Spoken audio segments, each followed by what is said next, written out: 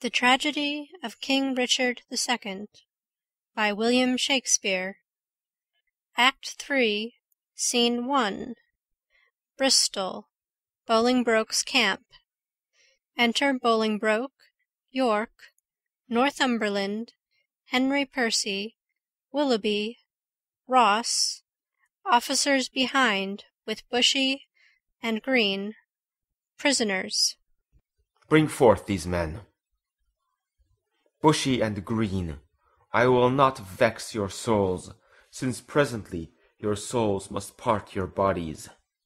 With too much urging your pernicious lives, for 'twere no charity, yet to wash your blood from off my hands, here, in the view of men, I will unfold some causes of your deaths.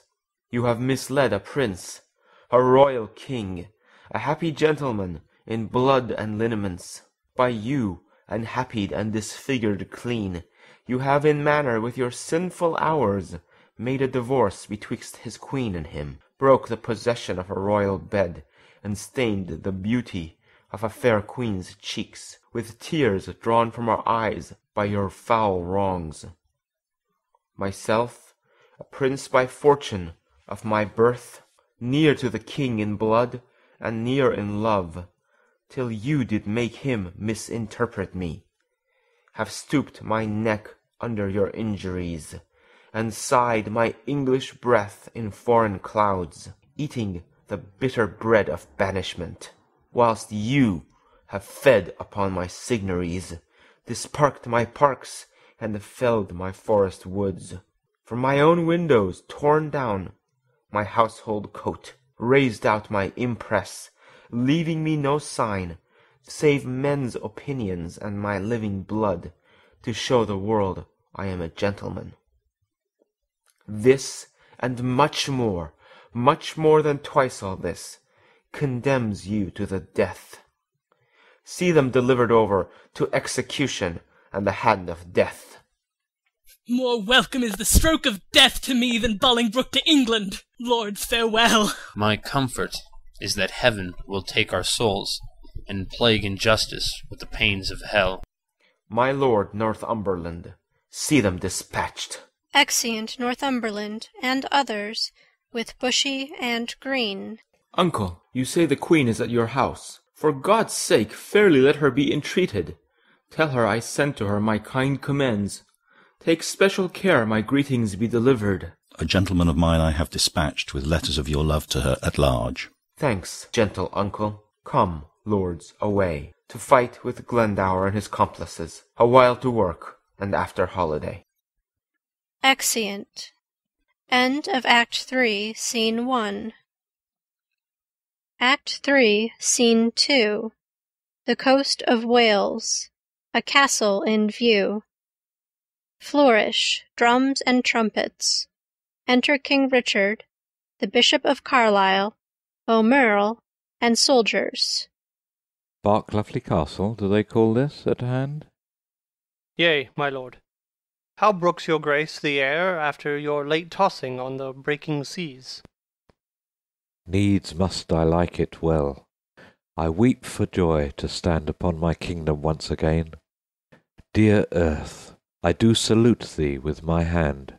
The rebels wound thee with their horses' hoofs, as a long-parted mother with her child plays fondly with her tears, and smiles in meeting. So, weeping, smiling, greet I thee, my earth, and do thee favours with my royal hands. Feed not thy sovereign's foe, my gentle earth, nor with thy sweets comfort his ravenous sense, but let thy spiders suck up thy venom, and heavy-gated toads lie in their way, doing annoyance to the treacherous feet, which with usurping steps do trample thee. Yield stinging nettles to mine enemies, and when they from thy bosom pluck a flower, guard it, I pray thee, with a lurking adder, whose double tongue may with a mortal touch throw death upon thy sovereign's enemies. Mock not my senseless conjuration, lords. This earth shall have a feeling, and these stones prove armed soldiers, ere her native king shall falter under foul rebellion's arms. Fear not, my lord, that power that made you king hath power to keep you king in spite of all. The means that heaven yields must be embraced and not neglected. Else if heaven would, and we will not, heaven's offer we refuse, the proffered means of succour and redress. He means, my lord, that we are too remiss, whilst Bolingbroke, through our security, grows strong and great in substance and in friends. Discomfortable cousin, knowest thou not that when the searching eye of heaven is hid behind the globe that lights the lower world, then thieves and robbers range abroad unseen in murders and in outrage boldly here. But when from under this terrestrial ball he fires the proud tops of the eastern pines, and darts his light through every guilty hole, then murders, treasons, and detested sins, the cloak of night being plucked from off their backs, stand bare and naked, trembling at themselves.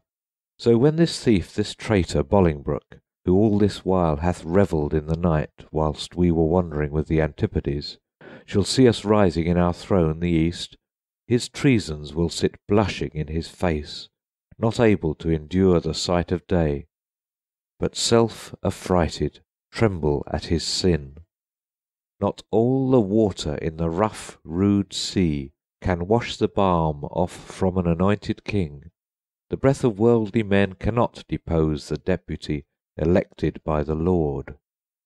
For every man that Bolingbroke hath pressed to lift shrewd steel against our golden crown, God, for his Richard, hath in heavenly pay a glorious angel. Then if angels fight, weak men must fall, for heaven still guards the right. Enter Salisbury. Welcome, my lord. How far off lies your power? Nor near nor farther off, my gracious lord, than this weak arm. Discomfort guides my tongue, and bids me speak of nothing but despair. One day too late, I fear me, noble lord, hath clouded all thy happy days on earth. O call back yesterday, bid time return, and thou shalt have 12,000 fighting men. Today, unhappy day, too late, o'erthrows thy joys, friends, fortune, and thy state. For all the Welshmen, hearing thou wert dead, are gone to Bolingbroke, dispersed and fled. Comfort, my liege. Why looks your grace so pale? But now the blood of 20,000 men did triumph in my face, and they are fled. And till so much blood thither come again, have I not reason to look pale and dead? All souls that will be safe, fly from my side, for time hath set a blot upon my pride. Comfort, my liege. Remember who you are. I had forgot myself. Am I not king? Awake, thou coward majesty, thou sleepest. Is not the king's name 20,000 names? Arm, my name. A puny subject strikes at thy great glory. Look not to the ground, ye favourites of a king. Are we not high? High be our thoughts. I know my uncle York hath power enough to serve our turn. But who comes here? Enter Sir Stephen Scroop. More health and happiness betide my liege than can my care-tuned tongue deliver him. Mine ear is open, and my heart prepared. The worst is worldly loss thou canst unfold. Say, is my kingdom lost? Why, 'twas my care, and what loss is it to be rid of care? Strives Bolingbroke to be as great as we? Greater he shall not be. If he serve God, we'll serve him too, and be his fellow. So, revolt our subjects? That we cannot mend. They break their faith to God as well as us. Cry woe, destruction, ruin, loss, decay. The worst is death, and death will have his day. Glad am I that your highness is so armed to bear the tidings of calamity. Like an unseasonable stormy day, which makes the silver rivers drown their shores, as if the world were all dissolved to tears, so high above his limits swells the rage of Bolingbroke, covering your fearful land with hard bright steel, and hearts harder than steel. White beards have armed their thin and hairless scalps against thy majesty, and boys with women's voices strive to speak big, and clap their female joints in stiff unwieldy arms against thy crown. Thy very beadsmen learn to bend their bows of double fatal yew against thy state. Yea, distaff women manage rusty bills against thy seat. Both young and old rebel, and all goes worse than I have power to tell. Too well thou tellest a tale so ill. Where is the Earl of Wiltshire? Where is Bagot? What is become of Bushy? Where is Green? That they have let the dangerous enemy measure our confines with such peaceful steps. If we prevail, their heads shall pay for it. I warrant they have made peace with Bolingbroke. Peace have they made with him indeed, my lord. O villains, vipers, damned without redemption, dogs easily won to fawn on any man, snakes, in my heart blood warmed, that sting my heart. 3 Judases, each one thrice worse than Judas. Would they make peace? Terrible hell make war upon their spotted souls for this offence.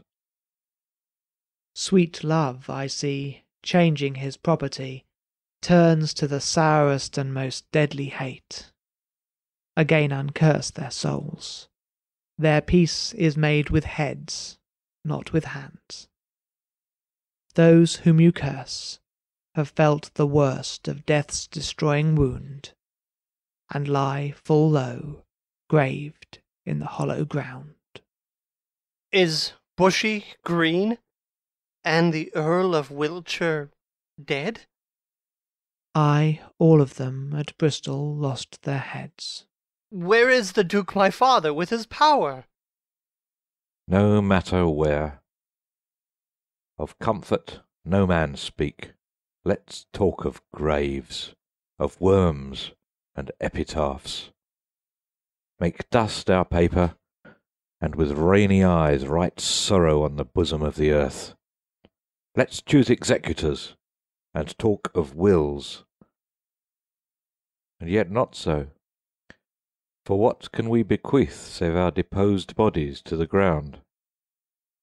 Our lands, our lives, and all are Bolingbroke's, and nothing can we call our own but death, and that small model of the barren earth which serves as paste and cover to our bones. For God's sake, let us sit upon the ground and tell sad stories of the death of kings, how some have been deposed, some slain in war, some haunted by the ghosts they have deposed, some poisoned by their wives, some sleeping killed, all murdered. For within the hollow crown that rounds the mortal temples of a king keeps death his court, and there the antic sits, scoffing his state and grinning at his pomp, allowing him a breath, a little scene, to monarchize, be feared, and kill with looks, infusing him with self and vain conceit, as if this flesh which walls about our life were brass impregnable, and humoured thus comes at the last, and with a little pin bores through his castle wall, and farewell king. Cover your heads, and mock not flesh and blood with solemn reverence. Throw away respect, tradition, form, and ceremonious duty. For you have but mistook me all this while. I live with bread like you, feel want, taste grief, need friends. Subjected thus, how can you say to me I am a king? My lord, wise men ne'er sit and wail their woes, but presently prevent the ways to wail. To fear the foe, since fear oppresseth strength, gives in your weakness strength unto your foe, and so your follies fight against yourself. Fear and be slain! No worse can come to fight and die is death destroying death, where fearing dying pays death's servile breath. My father hath power. Inquire of him, and learn to make a body of a limb. Thou chid'st me well. Proud Bolingbroke, I come to change blows with thee for our day of doom. This ague fit of fear is overblown, an easy task it is to win our own. Say, Scroop, where lies our uncle with his power? Speak sweetly, man, although thy looks be sour. Men judge by the complexion of the sky, the state and inclination of the day. So may you by my dull and heavy eye. My tongue hath but a heavier tale to say. I play the torturer by small and small to lengthen out the worst that must be spoken. Your uncle York is joined with Bolingbroke, and all your northern castles yielded up, and all your southern gentlemen in arms upon his party. Thou hast said enough. To O'Merle. Beshrew thee, cousin, which didst lead me forth of that sweet way I was in to despair.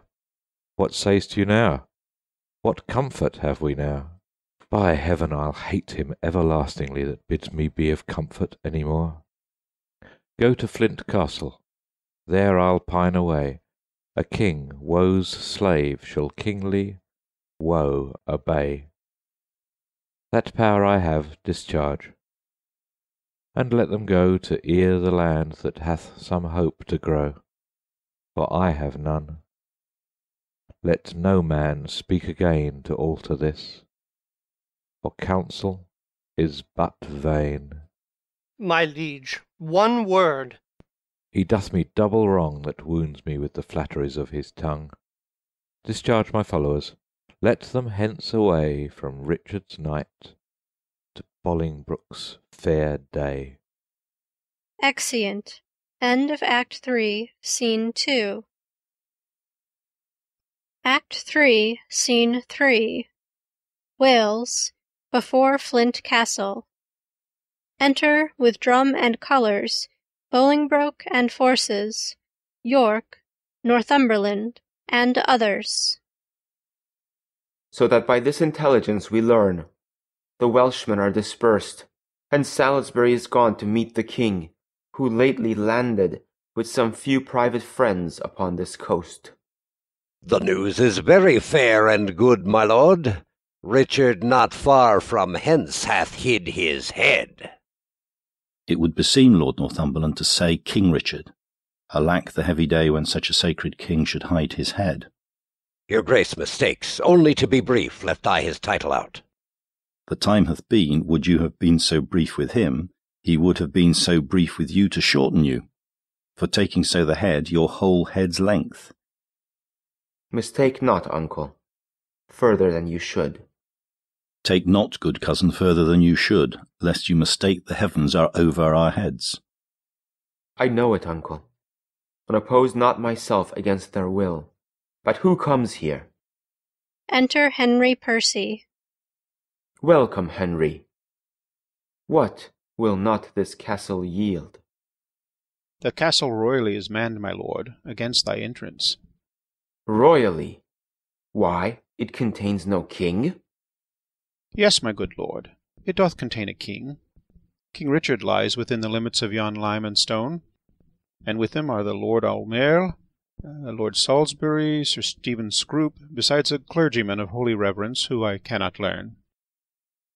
Oh, belike it is the Bishop of Carlisle. To Northumberland.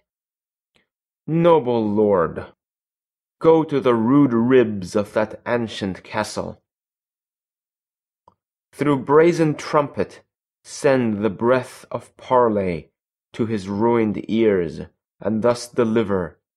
Henry Bolingbroke on both his knees doth kiss King Richard's hand, and sends allegiance and true faith of heart to his most royal person. Hither come even at his feet to lay my arms and power, provided that my banishment repealed, and lands restored again be freely granted.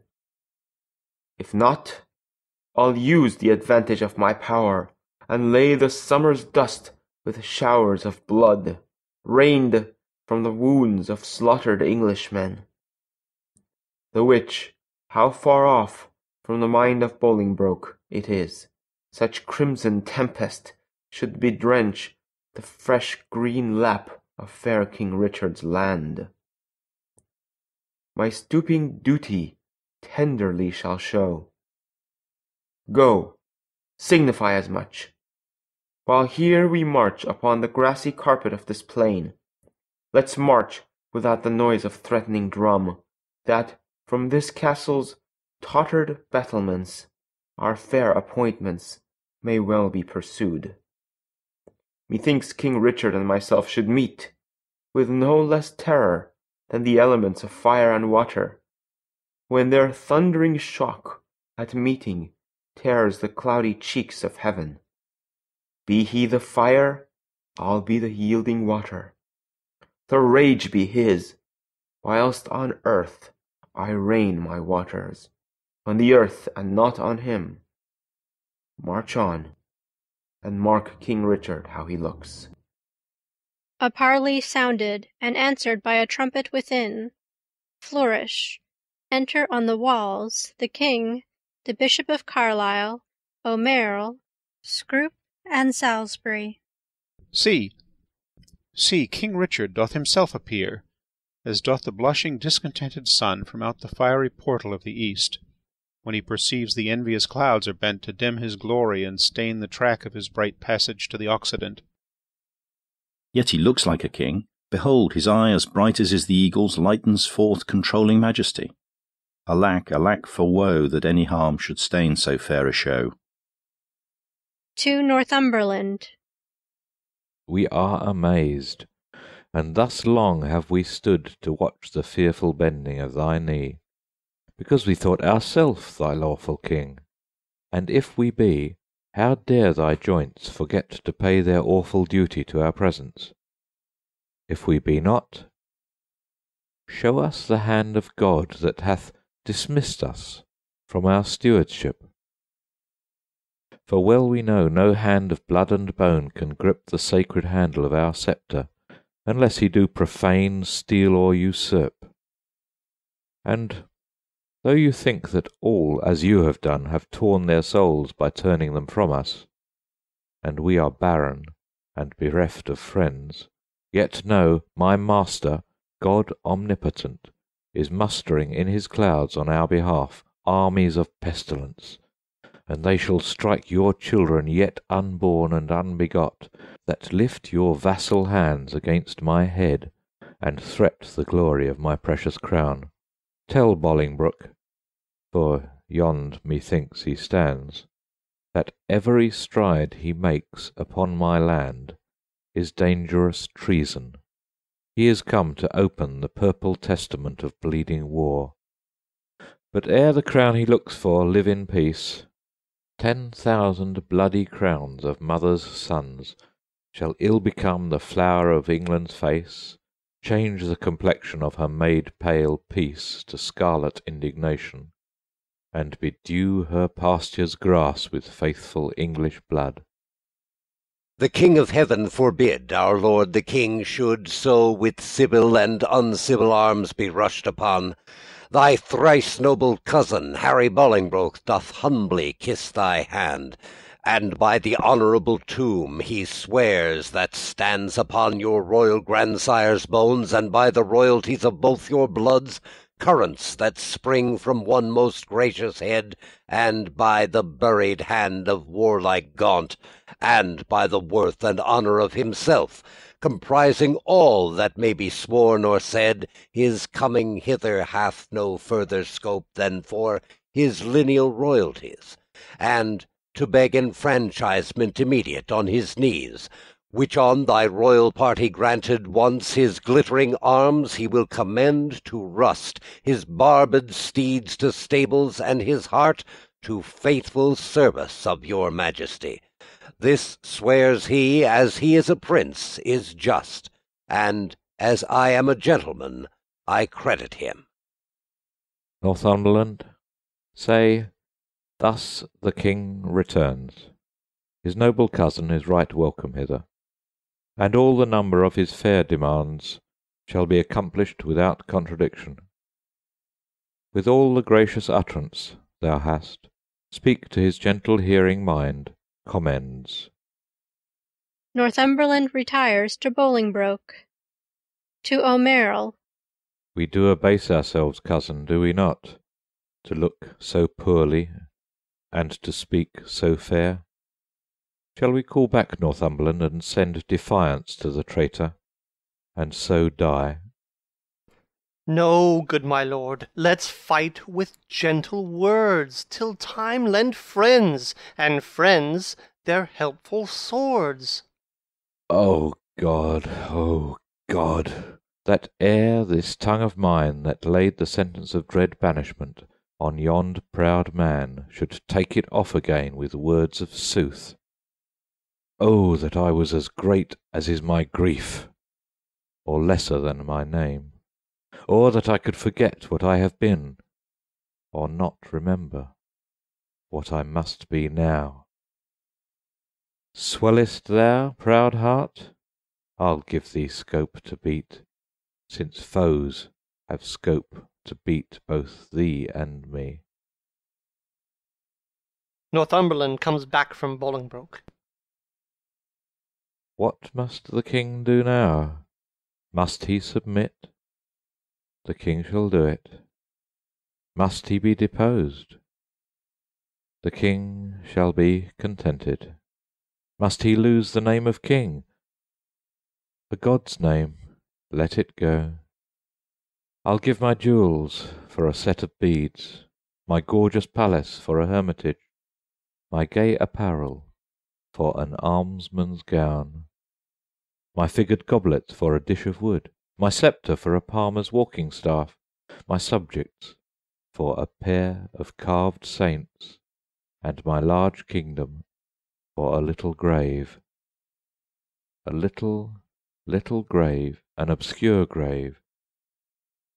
Or I'll be buried in the king's highway, some way of common trade, where subjects' feet may hourly trample on their sovereign's head. For on my heart they tread now whilst I live, and buried once, why not upon my head? O Merle, thou weepest, my tender-hearted cousin. We'll make foul weather with despised tears. Our sighs and they shall lodge the summer corn, and make a dearth in this revolting land.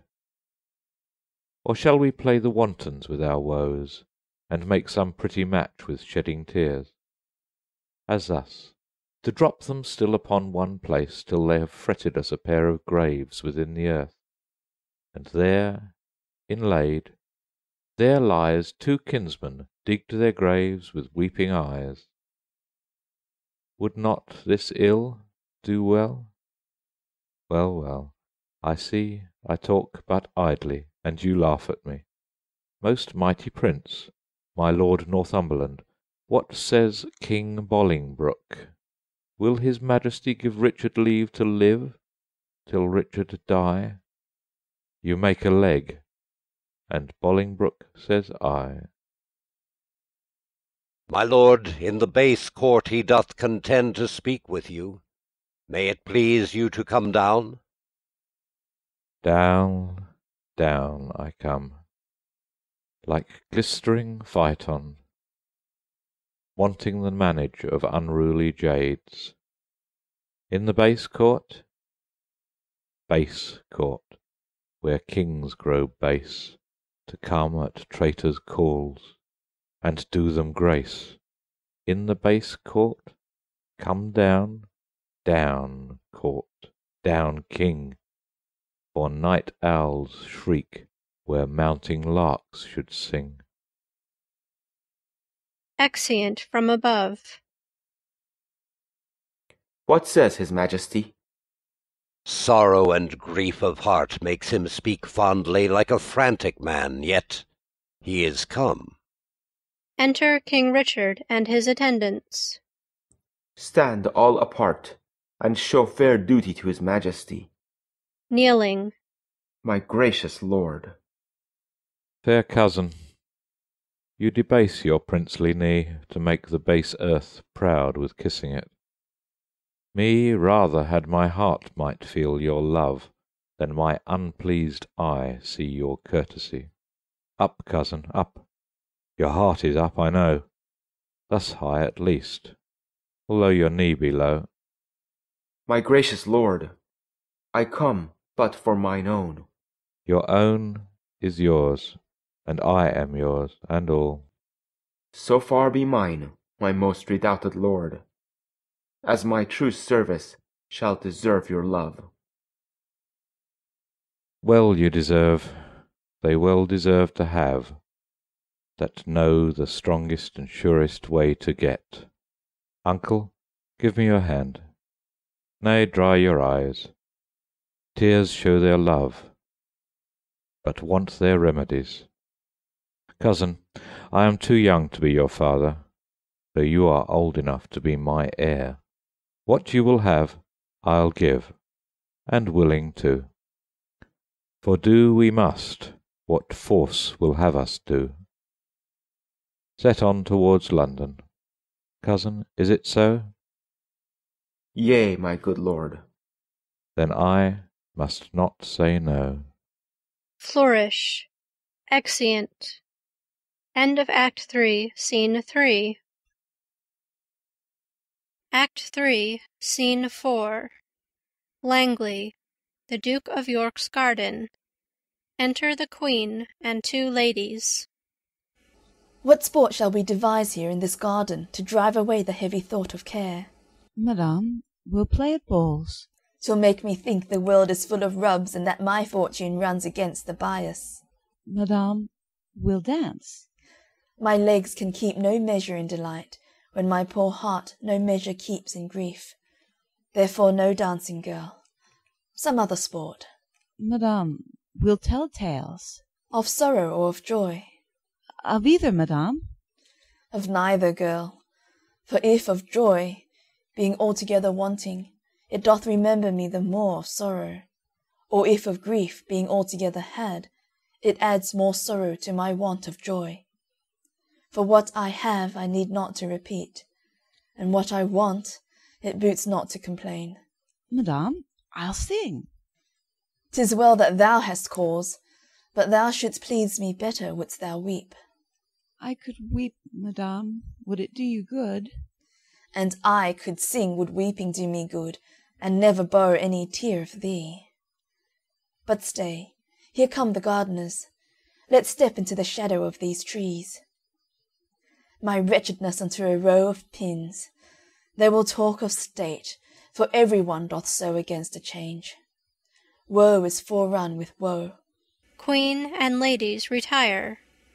Enter a gardener and 2 servants. Go, bind thou up yon dangling apricocks, which, like unruly children, make their sires stoop with oppression of their prodigal weight. Give some supportance to the bending twigs. Go thou and, like an executioner, cut off the heads of too fast-growing sprays that look too lofty in our commonwealth. All must be even in our government. You thus employed, I will go root away the noisome weeds, which without profit suck the soil's fertility from wholesome flowers.